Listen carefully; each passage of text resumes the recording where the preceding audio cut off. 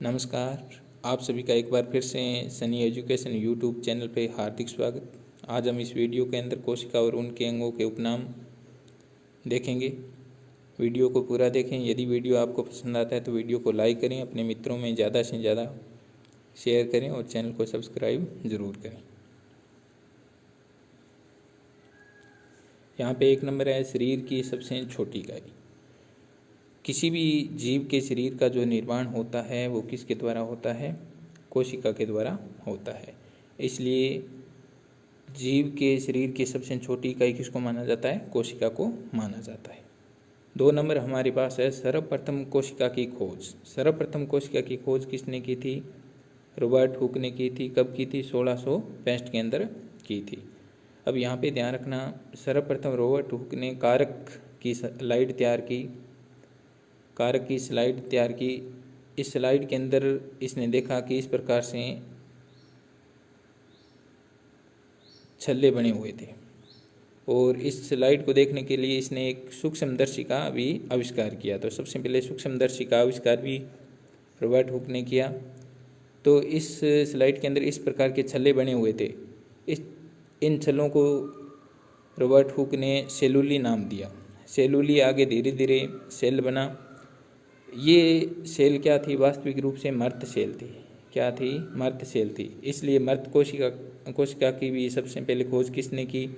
Robert Hooke ने की थी। और कोशिका के खोजकर्ता भी किसको माना जाता है? रॉबर्ट हुक को माना जाता है। उसके बाद में 3 नंबर है हमारे पास सर्वप्रथम जीवित कोशिका की। यहाँ पे बहुत ही महत्वपूर्ण है। सर्वप्रथम जीवित कोशिका की खोज किसने की थी? A.V. ल्यूवेनहॉक ने की थी। सर्वप्रथम जीवित कोशिका की खोज किसने की थी? A.V. ल्यूवेनहॉक ने की थी और RBC की थी। RBC कोशिका की सबसे पहले खोज की थी। उसके बाद में 4 नंबर हमारे पास है जीवों की संरचनात्मक व क्रियात्मक इकाई किसको माना जाता है? कोशिका को माना जाता है। जीवों की संरचनात्मक एवं क्रियात्मक इकाई किसको माना जाता है? कोशिका को माना जाता है। कि जो भी जीव है संसार के अंदर, उन जीवों की जो संरचना बनती है वो किसके द्वारा बनती है? कोशिका के द्वारा बनती है।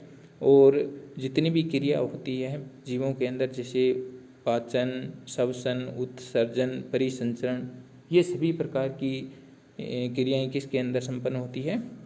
कोशिका के अंदर संपन्न होती है। इसलिए इसको क्रियात्मक इकाई भी कहा जाता है। उसके बाद कोशिका की सुरक्षा पटल।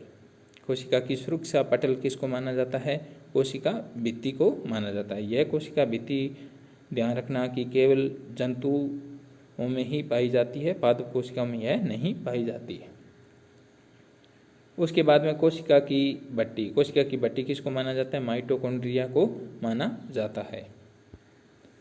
उसके बाद में 7 नंबर हमारे पास है कोशिका का शक्ति ग्रह या पावर हाउस किसको माना जाता है? माइटोकॉन्ड्रिया को माना जाता है। कोशिका का अंतःकंकाल किसको माना जाता है? अंतःद्रव्य जालिका को कहा जाता है, या इसको हम अंग्रेजी में EPR भी कहते हैं। ई से यहाँ पे अर्थ होगा एंडो, पी से प्लाज्मिक रेटिक्यूलम, आर से का अर्थ हो गया। यानी कोशिका का अंतःकंकाल किसको कहा जाता है? अंतःद्रव्य जालिका। यानी कोशिका के अंदर एक जाल होता है, उस जाल को क्या कहा जाता है? कोशिका का अंतःकंकाल कहा जाता है। उसके बाद में कोशिका का परिवहन तंत्र। कोशिका का परिवहन तंत्र किसको माना जाता है? EPR को माना जाता है। उसके बाद में कोशिका का परिसंचरण तंत्र। उसके बाद में कोशिका का परिसंचरण तंत्र भी किसको माना जाता है? अंतःद्रव्य जालिका को, EPR को माना जाता है। यानी कोशिका के जितने भी पदार्थों का आदान प्रदान होता है अंदर से बाहर और बाहर से अंदर, वो किसके द्वारा होता है? EPR के द्वारा ही होता है। और इस EPR की खोज किसने की थी? पोर्टर नामक वैज्ञानिक ने की थी। उसके बाद में 11 नंबर हमारे पास है कोशिका की आत्मघाती थैली या सुसाइड बैग किसको कहा जाता है? यानी जो आत्महत्या कर लेगा वो क्या बन जाएगा? लाश बन जाएगा। तो आत्मघाती थैली या सुसाइड बैग कौन सा हो जाएगा? लाश से लाइसोसोम हो जाएगा। कि लाइसोसोम एकल झिल्ली युक्त कोशिकांग है। यह इसकी झिल्ली जैसे ही फटती है तो इसके अंदर कुछ हाइड्रोलाइटिक एंजाइम पाए जाते हैं। वो क्या करते हैं? इतने घातक होते हैं कि वो कोशिका को भी क्या कर सकते हैं? पचा सकते हैं। उसके बाद में कोशिका की प्रोटीन फैक्ट्री, कोशिका की प्रोटीन फैक्ट्री किसको माना जाता है? राइबोसोम को माना जाता है, क्योंकि जो कोशिका के अंदर प्रोटीन का निर्माण होता है वो कहाँ पे होता है? राइबोसोम के अंदर होता है।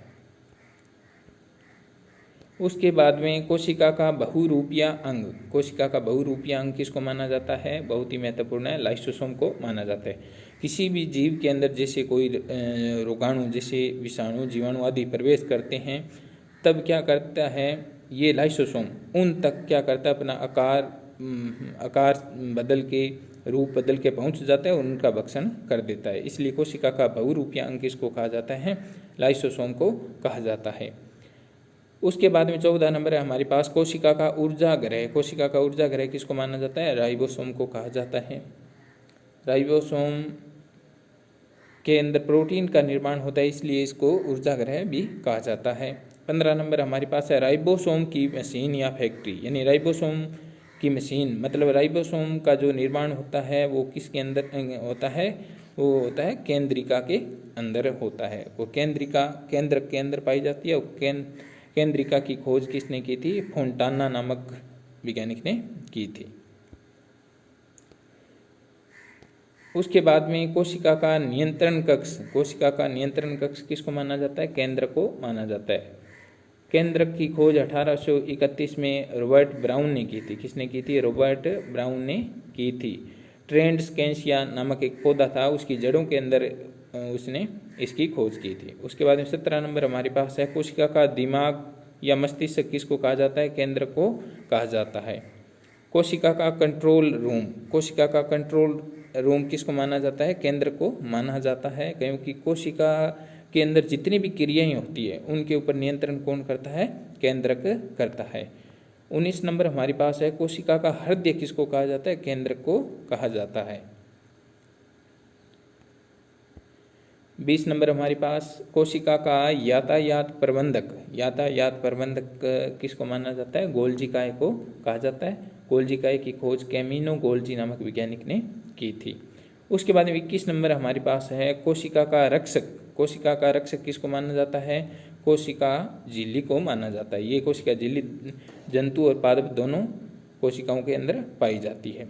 उसके बाद में 22 नंबर हमारे पास है कोशिका का बिजली घर किसको माना जाता है? माइटोकॉन्ड्रिया को कहा जाता है, क्योंकि माइटोकॉन्ड्रिया के अंदर ऊर्जा क्या होती है? संग्रहित रहती है। और किस रूप में रहती है? वो एटीपी के रूप में रहती है। जैसे भी कोई जीव श्वसन करता है तो वो ऊर्जा किससे लेता है? माइटोकॉन्ड्रिया से लेता है। तो कोशिका का बिजली घर किसको कहा जाता है?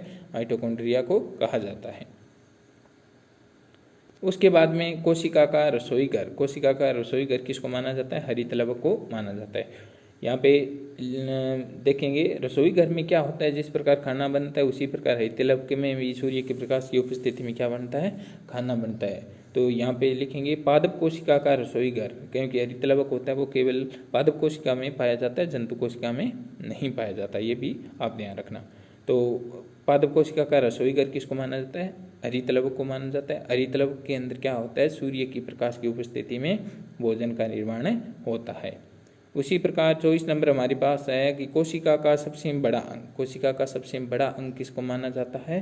केंद्रक को माना जाता है।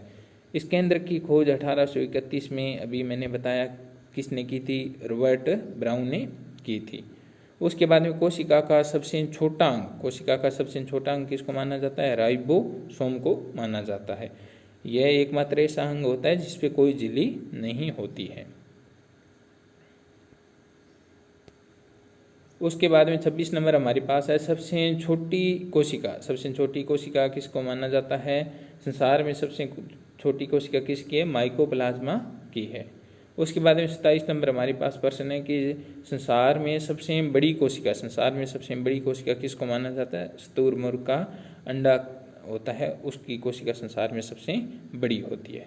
28 नंबर है हमारे पास सबसे लंबी कोशिका। सबसे लंबी कोशिका किसकी मानी जाती है संसार में? वो है मानव की तंत्रिका कोशिका। मानव की तंत्रिका कोशिका सबसे लंबी कोशिका होती है।